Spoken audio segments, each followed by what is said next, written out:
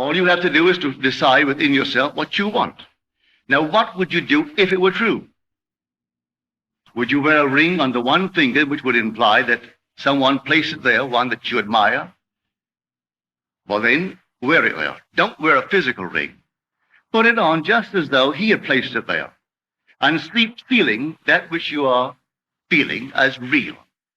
Don't say it's all imagination. Certainly it is, because all imagination is Christ. Therefore, it's all reality. So when you say, well, that's only my imagination, well, you're just saying, well, that's only a thing called Christ. When you treat imagination that way, is there anything in this world that wasn't first imagined? Name one thing or point out one thing in this world for me that is now considered to be real that wasn't first only imagined. What is now proved was once only imagined. Therefore, this is a true statement. All things were made by him, and he is your own wonderful human imagination. All objective reality is solely produced through imagining. The clothes you wear, the chairs in which you are seated, this in which we are now placed, everything was once only imagined. Now tonight, find out exactly what you, not what they think you ought to want, what you want. Ask no one's permission. You don't need any man's permission. You don't need your own decision. What do I want?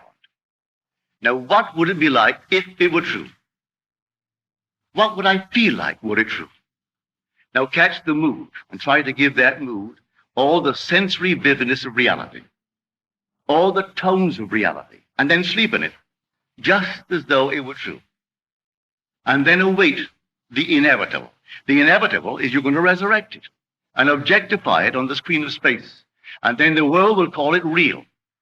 And they may not believe you. Doesn't really matter. If you tell them it came to pass because you simply imagined it.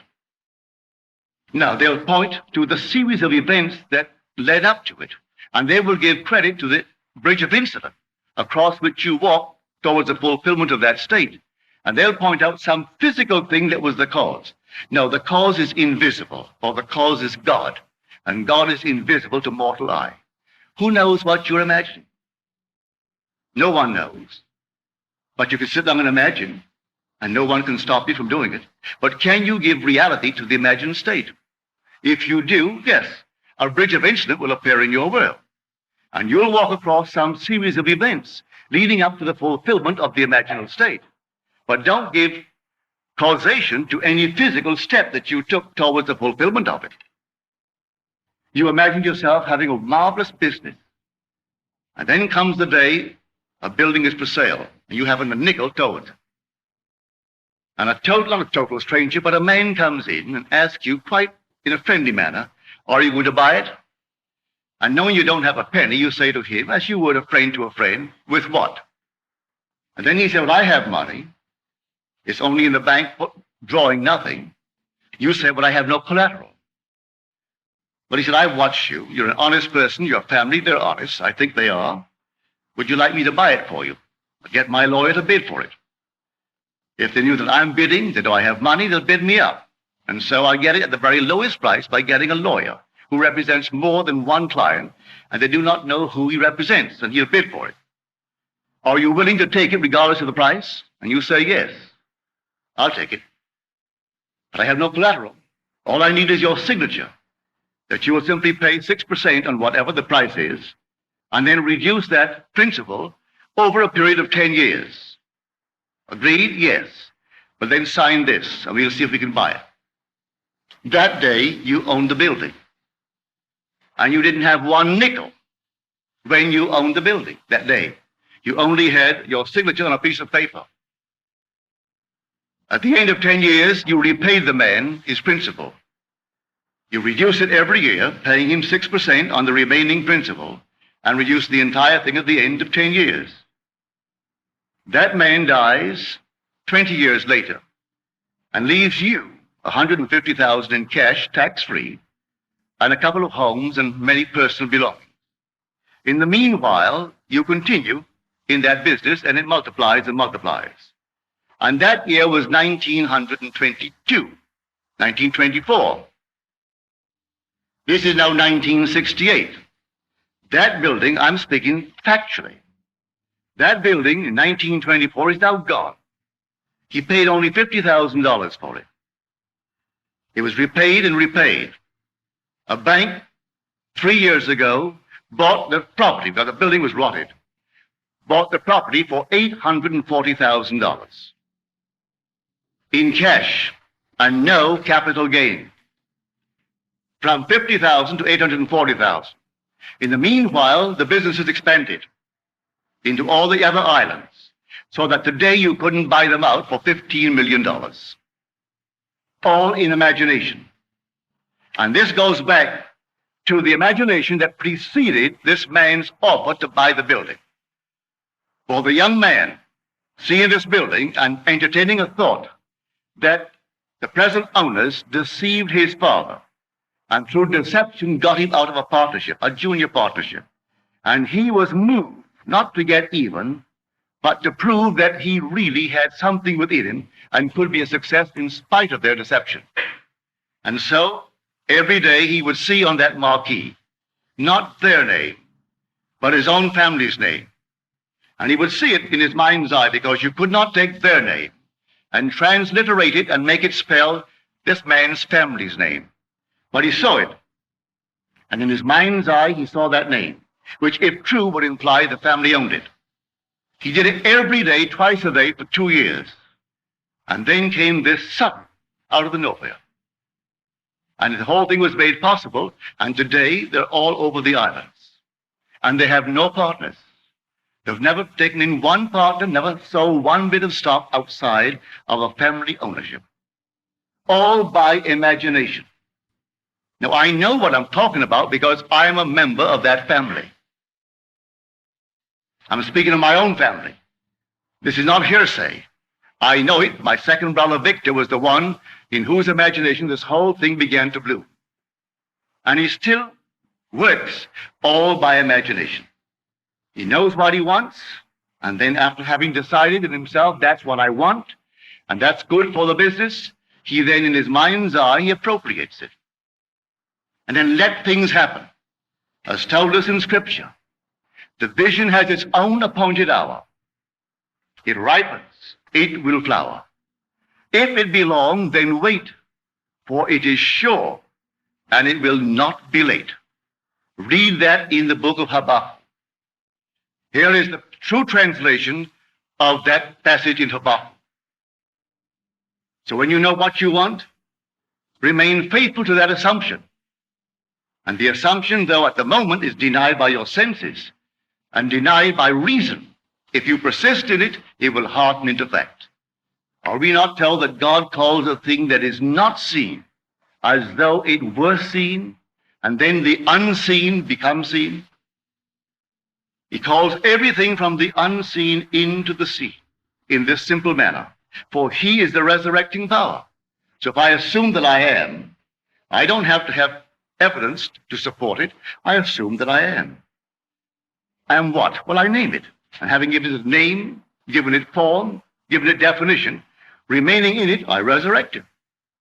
And if it takes 1,000 men to aid the birth of that state, 1,000 men will play their parts. And I don't have to go out and look for them, any more than my brother had to go out and look for this man. He would not have known where to start looking for one the day of the sale. As far as he is concerned, he had done it in his mind's eye, and he allowed everything to happen. And he comes right in like a joke. He really thought it was a joke. And he said to this man, "Are you fooling me?" He said, "No." He said, "Well, then wait. Let me call my father. He's at lunch." He called him on the wire. He said, "Daddy, come on up. Leave everything and come." And then he said, "Now you tell my father what you told me." My father's name is Joseph. And my father said, "You really mean it?" He said, "Yes, Joe, I mean it. I'll have him bid today. You put your signature here, and your son Victor put his signature. That's all I need." And that was a lifetime friendship. So when that man died, he didn't owe my brother Victor anything. He so loved the friendship and the feeling of, well, decency that he had with my brother Victor. He gave him $150,000 in cash. And that was tax-free. And the homes, everything was tax-free. And that building, which he bought for $50,000, was sold 3 years ago to the Bank of Nova Scotia They tore it down and built a lovely structure, but they paid our family $840,000 for that building. So here was a gain, and there was no capital tax gain. None. That whole thing was simply free. So I know what I'm talking about. All I need from you is the acceptance of it. Will you believe it? Will you believe that with God all things are possible? Will you believe that all things are possible to men? Well, you can prove it in the not distant future.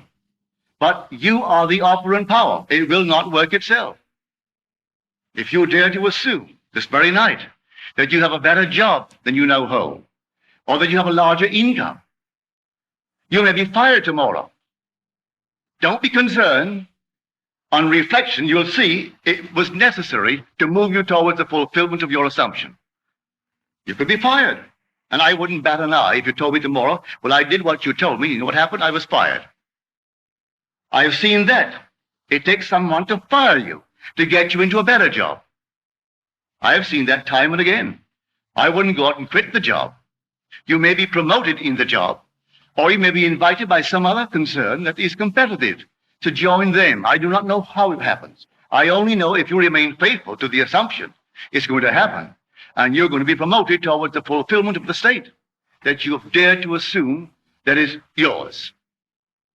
I could tell you unnumbered stories along this nature. So here I say, dwell in the end. The end is where we begin. For if I've seen my name on the marquee, that's the end. I don't wait for the incident to take place in my world to move from one to the other, leading up to that. I dwell in the end. If I go to the very end, what would it be like were it true? A health case, not how it's going to become better, but you go to the end, and you say to someone who isn't well, and in your mind's eye you say to them, you know, I've never seen you look better. And have them say to you, I've never felt better. Well, now that's confirmation of what you're seeing. You say, I've never seen you look better. And hear them say to you, well, I have never really felt better. But you may say to me, well, I can't hear people. Oh, yes, you can. You can hear anything you want to hear. You don't have to hear it audibly. Listen this very moment. You may not be able to whistle a tune. Maybe you can carry a tune in any manner whatsoever. You can play an instrument. You can whistle. You can sing. Well, can you now imagine that you are hearing the battle hymn of the Republic? Listen, can't you hear it? Can't you augment it? 1,000 voices, 10,000 voices? Did you hear it at the funeral of Senator Kennedy? Did you see it on TV? Wasn't that moving? When the organ began to peal, and suddenly that lovely soft voice singing it, and the whole thing became, well, the whole vast TV world was filled with it. I doubt there were very many dry eyes when he got through singing the battle hymn of the Republic. Well, I can sing, I can whistle the tune, but I can just right now, I'll stand here and listen and hear the entire thing swell. If I try to duplicate it with my voice, I couldn't do it, but I can hear his voice as he sang it. You can hear anyone's voice. You can hear the speaker's voice. Tonight, alone, you can hear my voice, and you can put upon my voice what you want to hear. And unknown to you, I will find myself telling you. Something will happen to confirm what you're hearing. So you can do this for good or ill. I advise you, do it for good. But the choice is yours. You can hurt and you can bless, but don't hurt. Use your imagination always lovingly on behalf of others. But to tell you that you couldn't do it to hurt is stupid, because you can hurt. But it's entirely up to you. So you imagine what you want. Believe that you have it, and see how it works in the world. Those who scoff at it, or let them scoff. 5 years from now, when you're on the top, they may be working for you. And they've even forgotten that they sat in the same audience with you when you heard and believed, and they also heard, but they didn't believe. And so you moved on, and they remained behind. And that's life. So you simply dare to assume that you are that man of God, and then apply what I'm telling you tonight.